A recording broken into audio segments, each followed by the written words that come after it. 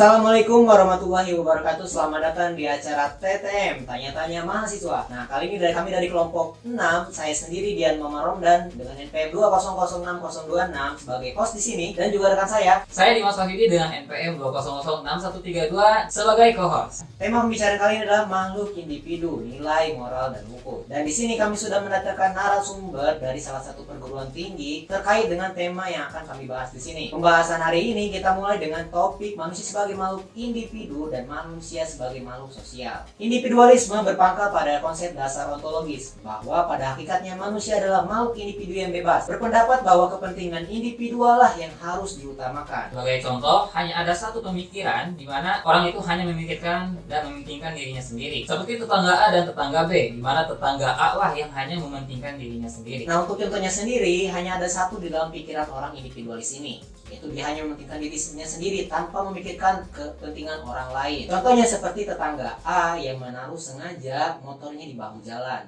padahal jalan tersebut sangat sempit dan tetangga B ini sangat kesulitan sekali untuk melewati jalan tersebut dikarenakan motor yang disimpan oleh tetangga A berada di jalan tersebut. Nah, pandangan ini menyatakan bahwa kepentingan umum yang diutamakan karena masyarakat luas merupakan suatu entitas yang besar dan berdiri sendiri, tidak bersama-sama, di mana individu-individu berada. Sosialisme merupakan suatu pandangan untuk mementingkan masyarakat yang adil, selaras, bebas dari penguasaan atas hak milik. Nah, terkait dengan pembahasan ini kita juga sudah mempunyai video yang akan ditampilkan. Berikut videonya.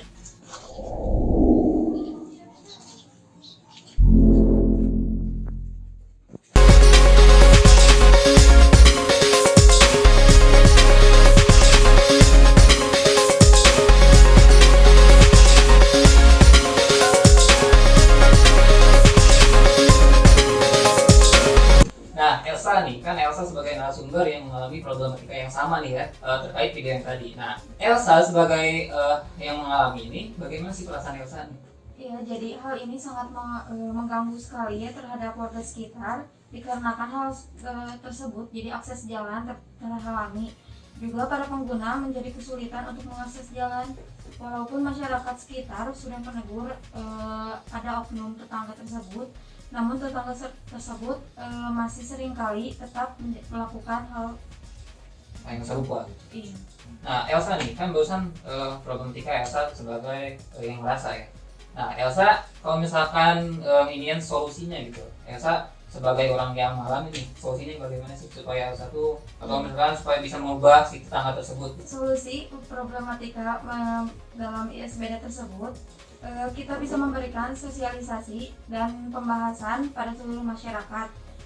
Bisa juga kalau misalkan dibuatkan peraturan atau sanksi oleh masyarakat yang akan disetujui oleh semua. Contoh sanksinya nggak berat sih, seperti didenda 10.000 untuk pemarkir motor yang seringkali melakukan parkir motor sembarangan. Oh, seperti itu ya. Jadi misalnya kalau ada orang yang mau parkir motor sembarangan nih, dia akan kena denda otomatis ya. Berarti solusinya seperti itu.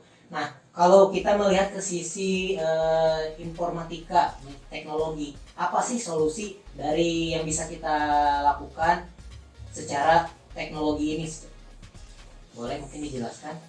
Kalau untuk teknologi, kita bisa misalkan berupaya untuk membuat desain infografis yang juga bisa disebarkan di media sosial agar masyarakat tahu.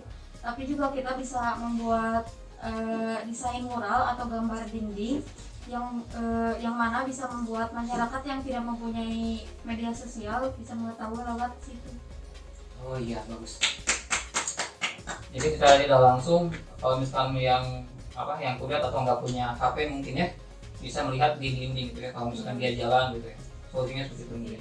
Ya, baik, mungkin saya akan ambil kesimpulan bahwa apa yang Elsa solusikan ini memang bagus ya di zaman era modern ini, tapi ada juga Elsa tuh memikirkan orang yang tidak mempunyai sosial media gitu ya, dengan cara dia tuh membuat mural ya di dinding, bukan gitu ya, mural di dinding. Terus kalau misalkan untuk sosial media itu dia bikin desain grafis atau infografis gitu ya, berupa informasi yang memang harus dilakukan masyarakat supaya harus sesuai dengan apa yang dilakukannya. Nah, untuk ini ya, Elsa tuh memberikan sanksi kepada orang yang mementingkan diri itu sendiri gitu. Kayak tadi kan yang menyimpan motornya di jalanan umum, itu padahal udah tahu itu jalan umum gitu ya. Sering orang banyak melewati jalan tersebut.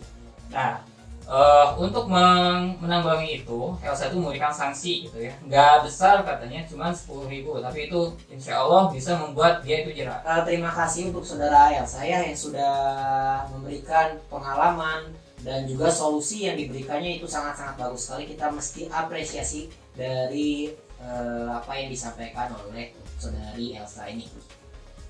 Lalu kita akan menuju ke topik pembahasan selanjutnya, yang mana topik selanjutnya adalah manusia, nilai moral dan hukum.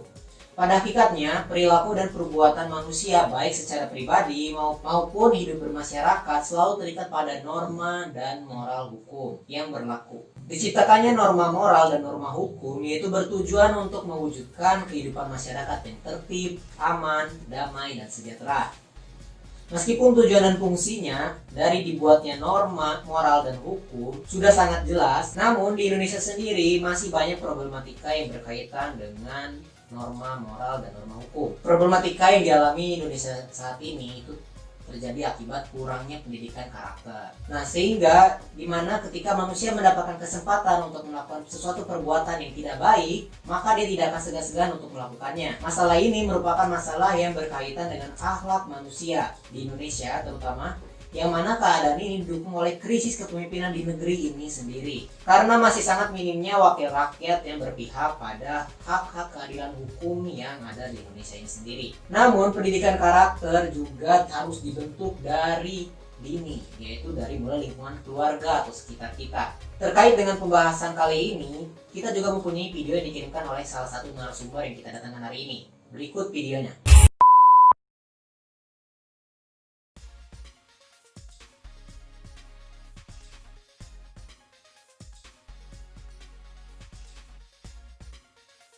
Seperti yang kita lihat pada video barusan yang kita tampilkan, di mana seseorang yang mencuri burung itu dihukumnya sama seperti seseorang yang koruptor. Jadi hukumannya itu setara gitu. Padahal kalau misalkan kita lihat yang lebih mudah itu harusnya hukumannya yang si burung ini, yang intinya lebih ringan gitu ya untuk hukumannya. Sementara di Indonesia itu yang koruptor malah hukumannya paling ringan. Nah, kita akan tanyakan langsung nih ke orang yang melihat si problematika ini, di mana yang tadi yang barusan dijelasin ya tentang pencurian burung. Nah, untuk saudara saya nih ya, kan saudara saya ini melihat secara langsung problematika yang ada gitu kan. Saya ini melaporkan ya secara langsung. Nah, bagaimana nih ya pendapat saya tentang hukum yang ada di Indonesia kalau misalkan saya melihat dari dalam hukuman dari pencurian burung tersebut? Ya, menurut saya pencurian burung pada tanggal 20 Agustus 2020. Tapi itu kejadiannya langsung gitu. Iya. Terus gimana? Ya, menurut saya hukum di Indonesia ini kurang adil lah.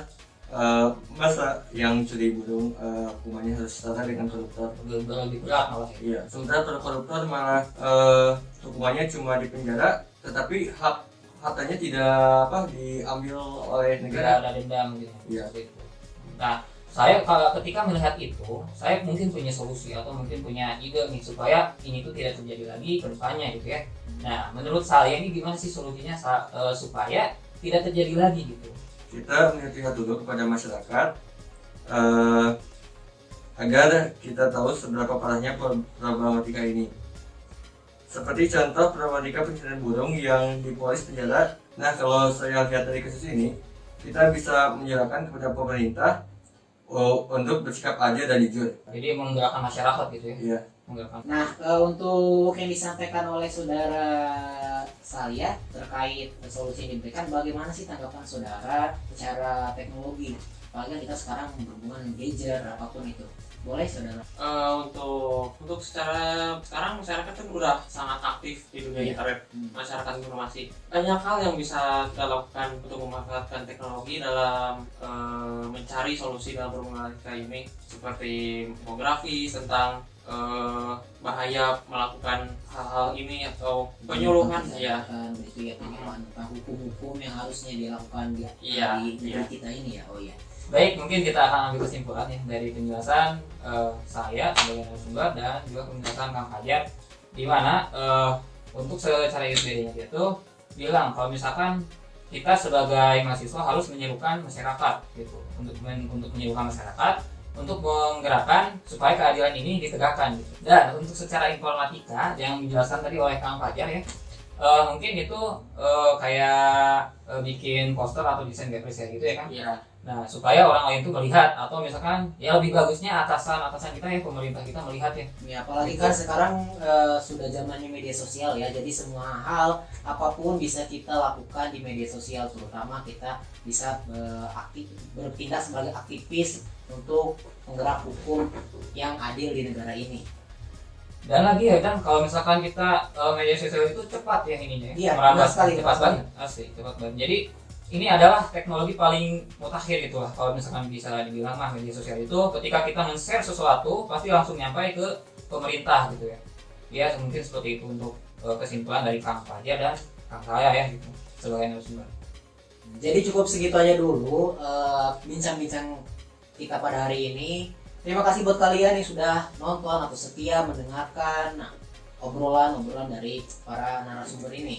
Kami dari kelompok 6 mengucapkan terima kasih. Wassalamualaikum warahmatullahi wabarakatuh.